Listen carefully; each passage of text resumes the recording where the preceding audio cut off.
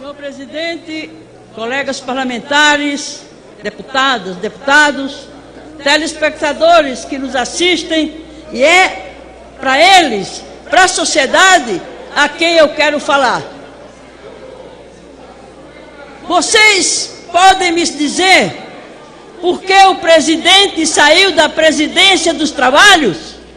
Exatamente na hora em que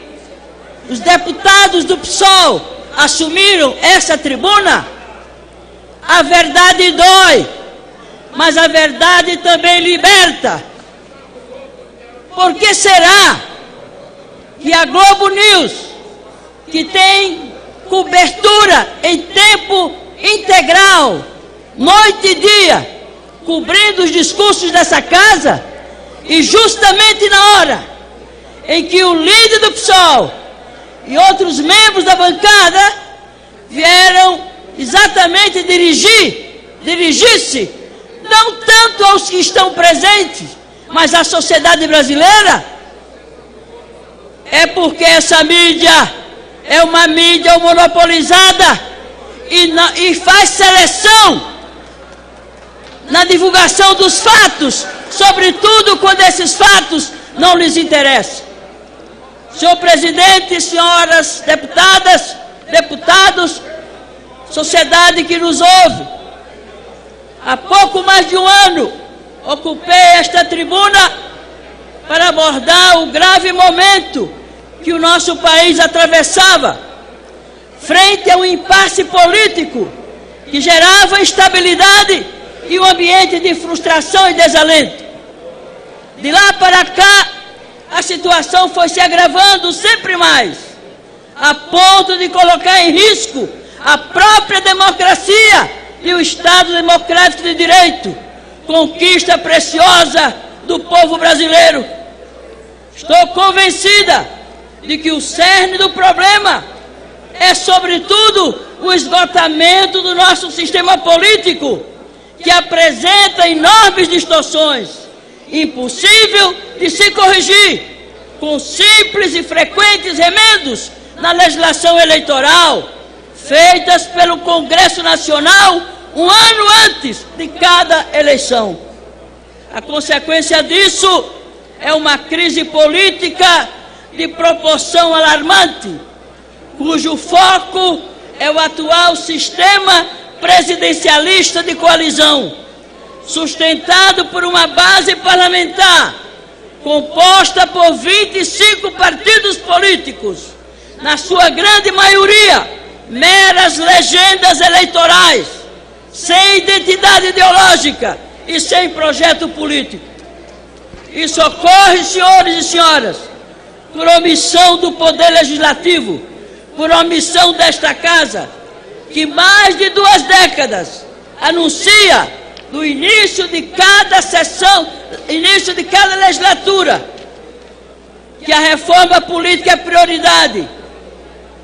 porém não passa de retórica, de promessa vazia e tentativas frustradas,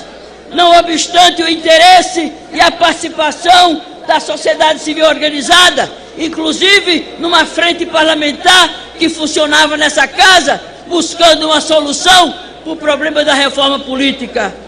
Outro fator preocupante na crise atual é o desapreço pela democracia, demonstrado por atores políticos e disseminado na sociedade, com o apoio dos poderosos meios de comunicação de massa, estes oligopolizados por um pequeno grupo de concessionários, que se beneficia da vigência de um marco legal obsoleto e que resiste a toda tentativa de mudança com vistas à sua democratização. É, portanto, um agravante, visto que a mídia se comporta como se fosse um partido político ao interpretar e propagandear sua versão dos fatos de forma tendenciosa. Senhor presidente, colegas parlamentares, prova evidente do desapreço pela democracia é também o fato de a vontade popular, expressa nas ruas no último pleito presidencial, está sendo desrespeitada, tanto pela oposição quanto pela situação, visto que ao mesmo tempo em que a oposição não reconhece e questiona o resultado da disputa eleitoral, a presidente Dilma Rousseff desrespeita o programa com o qual se elegeu e esquece seus compromissos eleitorais ao adotar uma política econômica semelhante à defendida pelos seus adversários. Adversários esses que, numa clara demonstração de desfaçatez e de oportunismo político, combatem nesta casa as medidas do ajuste fiscal propostas pelo governo, tão somente para enfraquecer a presidente, visto que são as mesmas do receituário que eles apregoam. Senhor presidente, senhores e senhoras deputados e deputadas, a oposição conservadora, que paradoxalmente situa-se dentro e fora do governo, dentro e fora da chamada base aliada, parte da qual agora desembarca do governo sem qualquer prurido, aposta no quanto pior melhor e aproveita a fragilidade do governo para, de pressão em pressão, de chantagem em chantagem, fazer avançar sua agenda regressiva, oposta aos interesses populares, às desigualdades de classe, uma agenda policialesca excludente e que aprofunda as desigualdades de classe, de gênero e de raça. Seu objetivo, além da volta ao poder, sem ter que esperar as próximas eleições, é sobretudo a preservação das velhas estruturas políticas concentradoras de poder, de riqueza e de renda, a reprodução dos privilégios dos mais ricos e a garantia dos interesses do grande capital, além do rechaço à participação e à soberania popular. Soma-se a esse quadro o ativismo de setores do Judiciário, da Polícia Federal e do Ministério Público, que, sob o pretexto do combate à corrupção, combate que nós do PSOL apoiamos com veemência, têm atropelado garantias constitucionais, em conluio com empresas de mídia e transformado investigações em táticas de enfrentamento político que já sugerem um golpe institucional. Nesse contexto, deflagra-se aqui nesta casa um processo de impeachment com indisfaçáveis contornos facescos. A frágil peça acusatória, de discutível sustentação jurídica, propõe depor a presidente, legitimamente eleita, com base em manobras fiscais de uso recorrente por diferentes governos nas 3 esferas do Poder Executivo e que até hoje, senhores, pasmem, embora criticadas e até mesmo condenadas, não haviam sido qualificadas como crime de responsabilidade. Nunca é demais lembrar que o impedimento de um presidente da República, previsto na Constituição,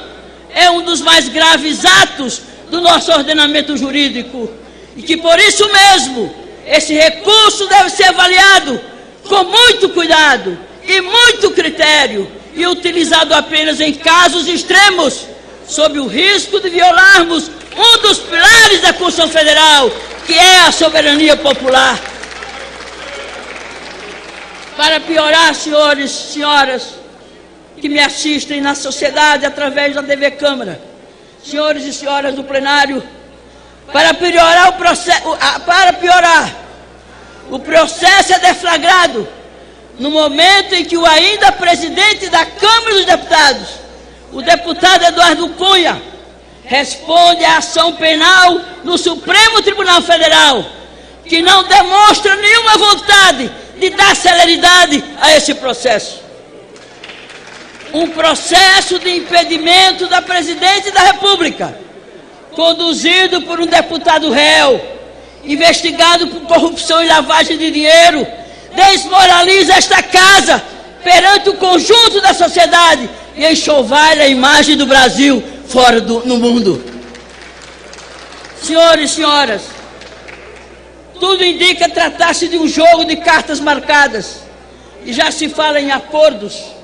entre os partidos que defendem o afastamento da presidente